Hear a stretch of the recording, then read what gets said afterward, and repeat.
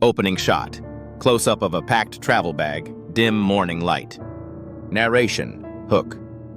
He packed his bag again, but this time he had no idea where he was going. The road ahead was unknown.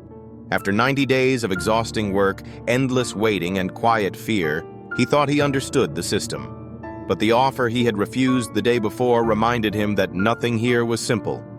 Stability without freedom, or risk with a chance to reclaim himself. Every instinct screamed caution, but something inside him stirred, a fragile hope that he could still choose differently. He walked slowly down the corridor, feeling the weight of every step.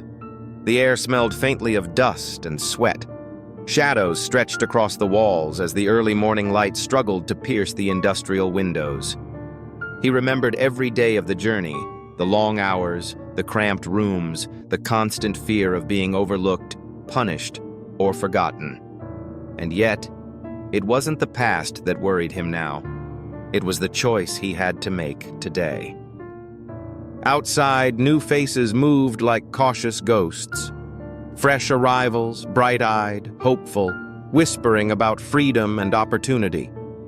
He saw himself in them, but years of exhaustion and careful survival had hardened him. The hope they carried seemed almost cruel, a reminder of what he had once felt before reality reshaped it into caution. At breakfast, silence hung over the room like a thick fog. He noticed small things, how people avoided eye contact, how someone counted days on torn cardboard, how another spoke softly to himself as if to stay sane. The system had a way of teaching patience, obedience, and endurance. Every moment was a subtle lesson in how to survive without questioning. By mid-morning, he was called aside. The supervisor's tone was calm, almost polite. "You are doing well," they said. "You have a chance for more responsibility. Think carefully. Decide soon." No papers, no guarantees. Just an offer cloaked in opportunity. He felt a chill run down his spine. This wasn't generosity. It was a test. Walking back, he recalled the first night he had packed his bag months ago. Back then, he had believed in hope, in change. Now, hope felt like a fragile mask hiding the cold logic of the system. Every choice here carried a weight. Every small compromise nudged him closer to a version of life he didn't recognize. The afternoon was long and quiet. Work continued as before, repetitive, unyielding, precise. He watched the new arrivals, how their energy waned as hours passed, how their questions dried up, how their bright eyes dimmed, and he wondered, at what point does survival become a cage? Later, someone quietly approached him during a rare break. "Once you accept, you never leave," they said. No drama, just a calm statement of fact. The words landed heavily. The worst part was not the threat, it was the quiet certainty behind it. Night fell, and the room was dim. He sat on his cot, staring at the ceiling. The offer still weighed on him. Stability without identity, routine without freedom, safety without dignity. His mind replayed every step, every small decision that had brought him here. One wrong move and the illusion of control would vanish. One act of courage or defiance could change everything.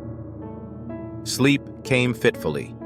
Dreams were fragmented, filled with shadowy corridors, whispered instructions, and faces he recognized but no longer trusted.